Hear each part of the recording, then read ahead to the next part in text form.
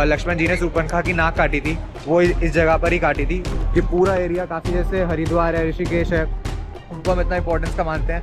तो मेरे सारी वीडियोस डिलीट करवा दी फ़ोन से उस जगह की, सीता गुफा की बेसिकली। फिर मैं बना रहा, फिर उन्होंने ऊपर आते ही देख लिया कि ये रहा इसको लो साइड में जाना। बट अब बारिश ने आज के मेरे सारे प्लान्स ख़राब कर दिए हैं भाई। पूरी वाइनरी है, इसमें ग्रेप्स की बेसिकली वाइन होती है, तो पूरा ग्रेप्स की खेती थी वहाँ पर, पूरा सही लग रहा था। तो hey guys, good morning, welcome back to my YouTube channel, welcome back to अभी चलो। और मुझे पता है आइडियल वे नहीं है मतलब व्लॉग स्टार्ट करने का अभी इतनी बारिश में ऐसे, बट कम ऑन, नासिक में यार अब सुबह से बारिश ही हो रही है तो व्लॉग तो स्टार्ट करना ही था। तो बेसिकली मैं आज नासिक पूरी सिटी एक्सप्लोर करने वाला हूँ, यहाँ के मेजर जो भी पॉइंट्स है वो आप लोगों को बताने वाला हूँ। ये सब बताने वाला हूँ कि नासिक का हमारे हिस्ट्री में, हमारी हिंदू हिस्ट्री में कितना ज़्यादा रोल है, क्या क्या रोल प्ले किया गया है। इनफैक्ट काफ़ी बड़ा रोल है, मतलब यहाँ पर एक कुंभ भी लगता है हर 12 साल में आई गेस, ये सारी चीज़ें। और यहाँ पर जैसे राम जी अपने वनवास के टाइम रुके थे, ये सारी चीज़ें भी डिस्कस करेंगे। बट अभी सबसे पहले मैं ब्रेकफास्ट करने आया हूँ यहाँ पे ग्रेप एम्बेसी, और इसके बाद देखते हैं हमें पूरी सिटी में क्या क्या एक्सप्लोर करने को मिलता है। मैंने 2-3 जगह सोच रखी है, शाम को मेरे को एक विनयार्ड भी जाना है, सुला विनयार्ड। सुला एक बहुत फेमस वाइन है जो गुड़गांव वगैरह साइड पे भी मिलती है, बट उनका विनयार्ड जो है जहाँ पर वो बनती है बेसिकली वो यहीं पर है पास में, तो वो भी चेकआउट करने जाएंगे। एंड अभी तो मैं ब्रेकफास्ट करने आया हूँ, उसके बाद हम जाएंगे पंचवटी एरिया में, उसके बारे में आपको चलते हुए बताता हूँ। पर चलते हैं पहले अभी ब्रेकफास्ट करने।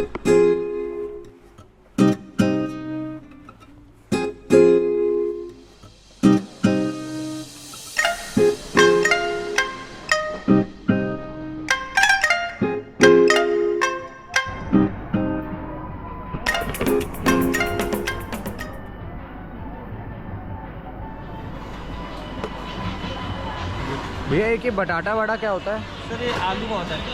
ओके, चलो ठीक है अभी देखते हैं। तो मिसल को खाने का भी एक तरीका है बेसिकली कि ये जो ग्रेवी है इसको ये नमकीन और स्प्राउट्स का मिक्सचर है, इसके अंदर डाल के मिक्स करो, उसके ऊपर से नींबू वगैरह डालो जो डालना है, उसके साथ इसको खाओ, ऊपर से प्याज भी खाओ। उन्होंने साथ में पापड़ भी दिया, पता नहीं क्यों। मैंने वैसे यहाँ पे एक जलेबी भी मंगाई है, जलेबी और चाय। तो चलो यार, मैंने ग्रेप एम्बेसी पे भाई ब्रेकफास्ट तो कर लिया, यहाँ पे मिसल ब्रेकफास्ट में खाते हैं। बट अब बारिश ने आज के मेरे सारे प्लान्स ख़राब कर दिए हैं भाई।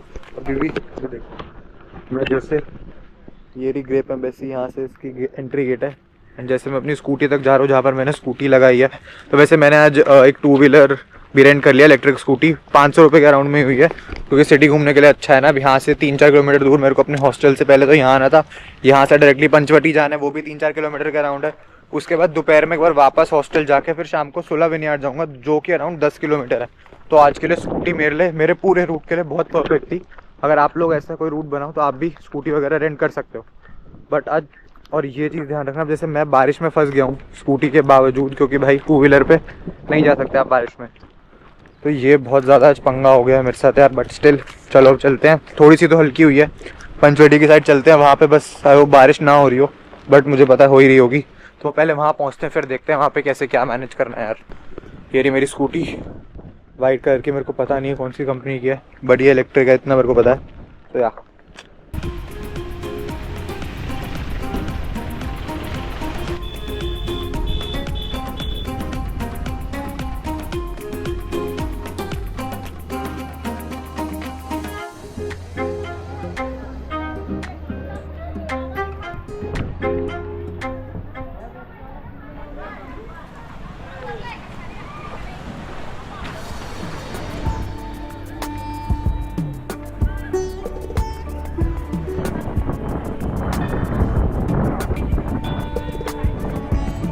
तो भाई फाइनली मैं पंचवटी एरिया में आ गया हूँ, और जैसे कि आप लोगों को यहाँ पर देख के पता लग रहा होगा भाई, ये पूरा ऐसे हरिद्वार वाली वाइब्स दे रहा है, क्योंकि बिल्कुल ये एक तरह से गंगा ही है। यहाँ पर ये जो नदी बह रही है ये गोदावरी नदी है बेसिकली, एंड इसको ये लोग गंगा कहते हैं।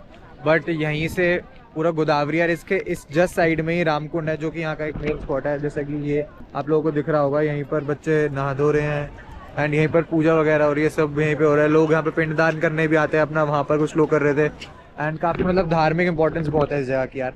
तो मैं आप लोगों को बता देता हूँ, वैसे जो रामायण है, रामायण में बेसिकली नासिक का ये मानना है कि जो लक्ष्मण जी ने शूर्पणखा की नाक काटी थी वो इस जगह पर ही काटी थी, इसलिए इसका नाम पहले तो पड़ा नासिक। और जो राम जी थे, लक्ष्मण जी थे, सीता जी थी, वो अपने जो एग्जाइल था, उनको जो वनवास था, वो उस समय में यहीं रुके थे, यहीं के जंगलों में। जो लक्ष्मण रेखा बनाई थी जो लक्ष्मण जी ने, वो भी इसी एरिया के अराउंड बनाई थी, वो भी आपको लेके चलते हैं, वहाँ की साइड पर ही है। तो उससे पता लगता है कि इसका हमारे हिंदू रिलीजन में, हमारी रामायण में कितना बड़ा योगदान है इस जगह का, पूरी जगह का। ये पूरा एरिया काफ़ी, जैसे हरिद्वार है, ऋषिकेश है, उनको हम इतना इंपॉर्टेंस का मानते हैं, तो नासिक भी वैसे ही एक शहर है। हालांकि जैसे वहाँ पर भी कुंभ लगता है, यहाँ पर भी इवन एक कुंभ लगता है, जैसे कि मैंने आप लोगों को बता ही चुका हूँ। तो बेसिकली जो राम जी का 14 साल का वनवास था, उसमें से काफ़ी टाइम उन्होंने यहाँ पर भी बिताया था, नासिक में, इसी जगह पर। और इसी जगह पर पूरा मेन रावण ने सीता जी को उठाया था। सीता जी उससे बचने के लिए सीता गुफा में भी गई थी, जो कि यहाँ पर एक जगह है सीता गुफा, अभी वो भी दिखाऊंगा मैं आप लोगों को। बट अभी पहले तो बारिश हो रही है, थोड़ी बहुत तो चल रही है, बट उससे अपने को ज़्यादा फर्क पड़ता नहीं है। एंड ये देखो, ये रामकुंड, ये साइड से बह रही है गोदावरी नदी।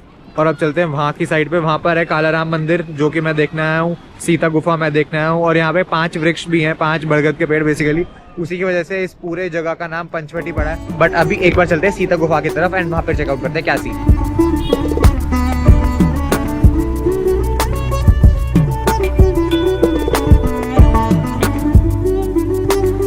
अभी मैं अपने पंचवटी के सबसे पहले स्टॉप पे जा रहा हूँ, जो कि है कालाराम मंदिर। बस यहाँ से थोड़ा सा ही दूर आके, यहाँ से 200-250 मीटर की वॉक है एंड थोड़ा सा ही आगे है।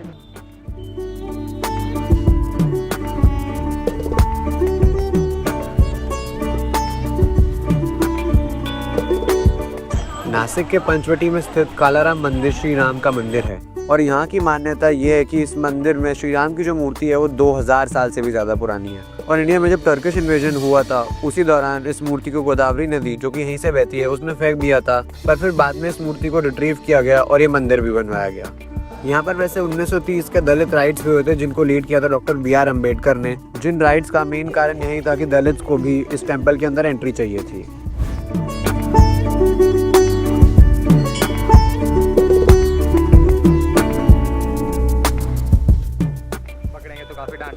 बट अब चलते हैं हम नेक्स्ट सीता गुफा की तरफ, जो कि बेसिकली यहाँ पर था कालाराम मंदिर, और यहीं से रास्ता जा रहा है इस तरफ सीता गुफा की तरफ। तो लेट्स गो।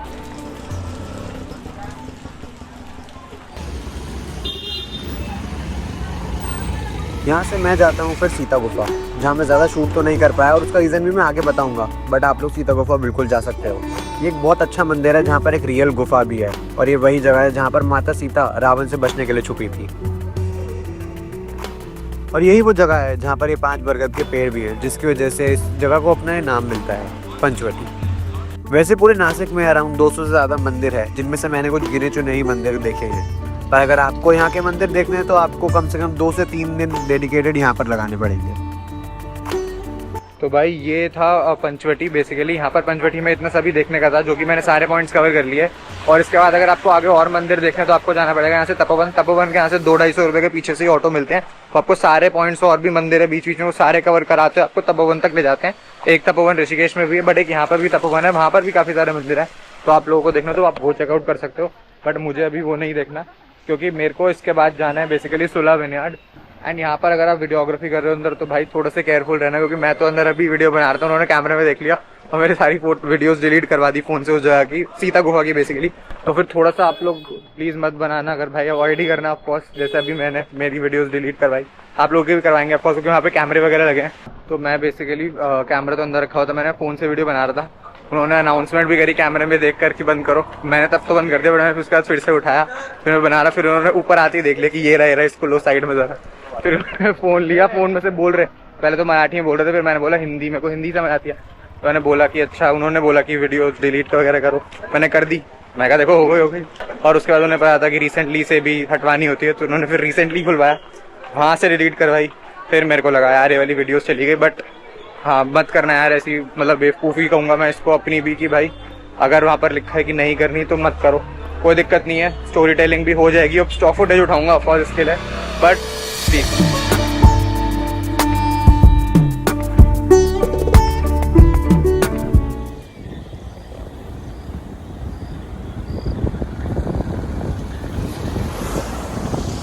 तो भाई अब शाम हो चुकी है और एक बहुत ही सीनिक, बहुत ब्यूटीफुल स्कूटी राइड के बाद नासिक सिटी से अराउंड 8 से 10 किलोमीटर दूर हम पहुंच गए सुलह वाइनयार्ड, जिसके बारे में आपको बता रहा था।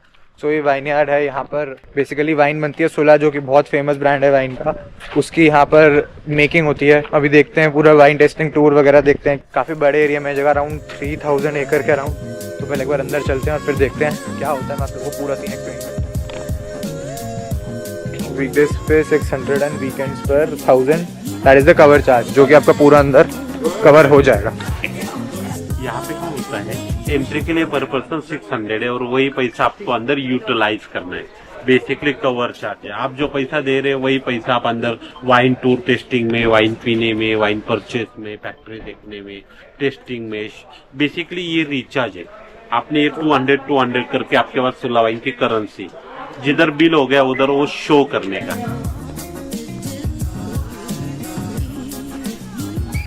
Let's go. तो ये है भाई एंट्री गेट। चलो भाई, यहाँ पर जो मैंने अभी दिखाया था पीछे वीडियो में, पूरा यहाँ पर ऐसे 100-200 मीटर का एक स्ट्रेच सा था। इतना अच्छा लग रहा था भाई इस वेदर में।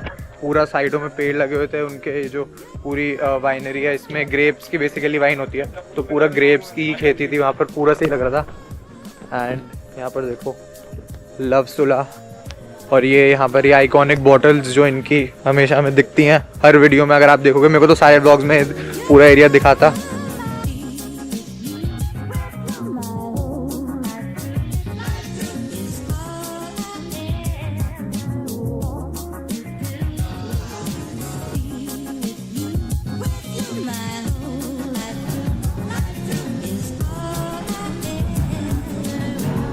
यहाँ पर एक बॉटल शॉप, एक गिफ्ट शॉप, एक एम्फी थिएटर और एक पूरी फैक्ट्री है जिसका हमें टूर तो मिला, बट अंदर वीडियोग्राफी अलाउड नहीं थी। इस टूर में हमें बताया पूरे वाइन की मेकिंग, उन्हें कहाँ स्टोर करते हैं, कैसे बनाते हैं, कौन कौन सी कलर की वाइन होती है, कौन सी तरह की वाइन होती है, और इसके बाद एक वाइन टेस्टिंग सेशन भी था जो भी काफ़ी अच्छा और इंसाइटफुल था। सुला वैसे साल 1999 में स्टार्ट हुई थी एंड टिल लेट ये इंडिया का अराउंड 60% वाइन प्रोड्यूसर बन चुके हैं। और इसी के साथ मैं इस व्लॉग को भी ख़त्म करना चाहूँगा। और ये थी मेरे पर्सपेक्टिव से नासिक की वन डे की मोस्ट अप्रोप्रिएट गाइड। बट हाँ, नासिक में आप आराम से 2 से 3 दिन बिता सकते हैं यहाँ के सारे मंदिर और यहाँ के सारे धार्मिक स्थल एक्सप्लोर करने के लिए। आई होप आप लोगों को ये वीडियो अच्छी लगी होगी। See you all in the next video. Bye bye.